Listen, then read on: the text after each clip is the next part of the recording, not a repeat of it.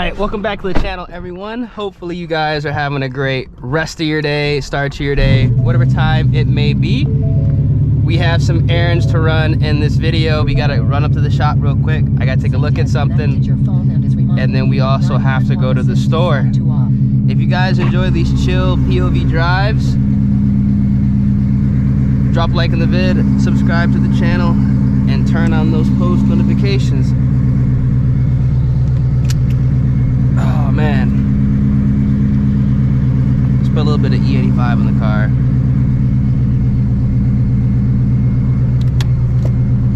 Let this guy go around. All right. Ooh, that's 650 right there. Oh, it's a dark horse too. Oh shit. I honestly don't see too many in this area.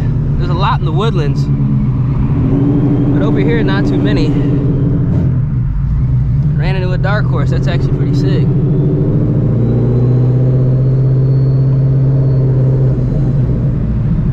Hell yeah. That's actually pretty sick. That blue ember. I still like dark horses, I ain't gonna lie, y'all. I've always liked them. I know some people don't like them, like to talk, say, you know, they're not worth it. Since tuning's available, honestly, I feel like the dark horse manuals picked up the most because of the increased limiter, due to the fact that for the street 373s, 7,500 RPM, you really can't race it like that. Obviously, it's not for straight line. Anybody buying a dark horse for straight lines, you know, 100% buying the wrong car. But, you know what I'm saying, just for a little bit more fun, we got a Cybertruck too. Ah, he turned away. He turned right.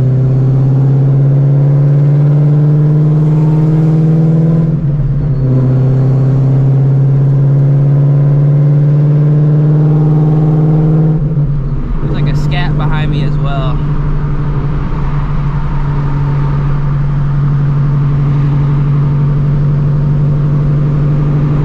Oh, ladies and gentlemen, you gotta beat this rush hour traffic. Not trying to deal with that. Now, something that I noticed, because every time I go out to Mexico and then, you know, do hard pulls, I always go ahead and do like a maintenance check. I always check the oil, check the supercharger belt. Supercharger belt, I probably got maybe 1 or 2 more Mexico nights, and then I'm gonna have to replace the belt. The only reason why I have to replace the belt is because I actually took the 110mm pulley and the belt. I actually bought that used. It wasn't actually new. So it was lightly used. Maybe had like, I don't know, maybe like 100 or so miles on it. That's what I was told. But yeah, we did a road trip on this belt. I think actually 2 road trips on this belt. Multiple Mexico nights. It's been on the car for a while. It's been on the car for a while. So I need to go ahead and replace that. And it's like, man, since I got to replace the belt, it's like, well, you know what? Might as well go put the 105mm pulley on. Ah, maybe not. What is going on? I said I need to beat this rush hour traffic, and I'm literally smack dab in the middle of it. Let me know down in the comment section, man, if y'all think that I should go to the 105mm pulley. I don't know if I'm gonna do it. I'm kind of scared. I'm not gonna lie. I'm kind of scared. I should upgrade the injectors first, because I know the tunes are scaled, but I don't know about that. I think it would go lean with the 105 around like 7,800 RPM. I think it's gonna probably go lean. I need to put the 1300cc injectors in the car and upgrade the pumps, go to a complete return style fuel system. But then if I do that, shit, you know, and the 100mm pulley is an option. Why can't I just leave it alone? can't I just leave it alone? I remember when I was like, you know what? I only need 800 horsepower. And then, all right, you know what? All I need is 850 horsepower. Then I was like, you know what? 900 horsepower doesn't sound bad. Whatever it makes right now. You know what I'm saying? Like 105mm pulley. You know, I've seen people make 1,000 with the G3R 105. But again, dynos are just dynos. I've also seen people make 1050 with the 100mm pulley. So it's like, what I want to do. That's a lot of power though. 1,000 horsepower. Man, I need to get the suspension first. You know what I'm saying? It's crazy because like, okay, the car needs suspension. It needs like, you know, shit to make it actually hook. And I'm talking about turning up the power to making, you know, it probably would make over 1,000. In the cool air that's coming, it probably would make over 1,000 with the 105 in all reality. But, you know, it wouldn't work on the street. I already know second gear 60s would just be like, that shit would be crazy, ladies and gentlemen. But let me know down in the comment section if I should do it. I'm gonna catch up with you guys when we get closer to the shop. I can't even do like a hit right now. There's literally so many cars out. It's not even rush hour traffic right now, but I'm smack dab in the middle of it. One eternity later.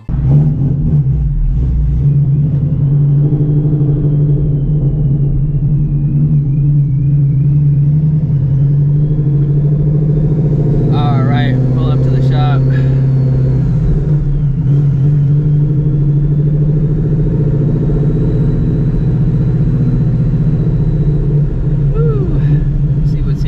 Checking on something from my buddy because oh, what the hell do we have here? We got a GT350 up here. Checking on something for him. Something just arrived. I want to make sure everything good. This car is pretty sick.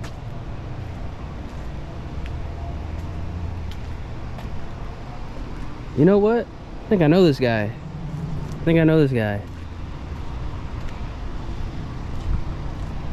I think I met him like a year ago and he was talking about getting an ESS kit or boosting it. I think I remember this car because the wing. I wonder if he's going boost. That'd be pretty badass. Got the S650. This car is about to get quick. A few moments later. All right, so we're at the shop. My boys Whipple finally came in. Wanted to go ahead and take a look at it for him just to make sure that everything is good and get that installed very, very soon. But what do you have for the people, Joe? We have a stage 2 Whipple with the upgraded 120 throttle body. It's got the upgraded heat exchanger. It's got everything you get from Whipple. Booster pump, GT500 injectors, dual UPR catch cans. It has obviously everything that comes factory. It's a brand new kit basically. It was on a customer's car for 500 miles. I actually made a video of the car that it was on, and it made like 770 with the stock pulley on E30. So yes, and it was made only good power. on the car for about, I think, 3 weeks, and put about 500 miles on it. We're trying to sell it for 10.5 installed. So 10.5 installed, and you can do financing on it too. So if you want to get the Whipple and 10.5 installed, Joe hook you up. Has a heat exchanger too, so not a bad deal. You're still saving a lot of time and money. So I know a lot of people like to value the time because it's gonna take like 4 or 6 weeks, because my homeboy just bought a Whipple 2 months ago and it just came in. So there you go. I think it's a pretty good deal. You know what I'm saying? The Whipple, not bad at all. They make power, these S650s, especially if it's 10 speed, even 6 speed. They're quick with just the stock pulley on 93. You throw a boost state in there, E30, you're gonna be going fast, real fast. So, and we have the booster pump too, so you can do all that. No problem. This is the upgraded version too, so you really can make 900 wheel, you know, easily with the E30 blend or with the custom tuning. So you could do what you want. Whew. It's hot, y'all, but let me know what y'all would do. You gonna turn the boost up, put that 105 100mm pulley on here, Or should we leave it alone? I don't know. Man.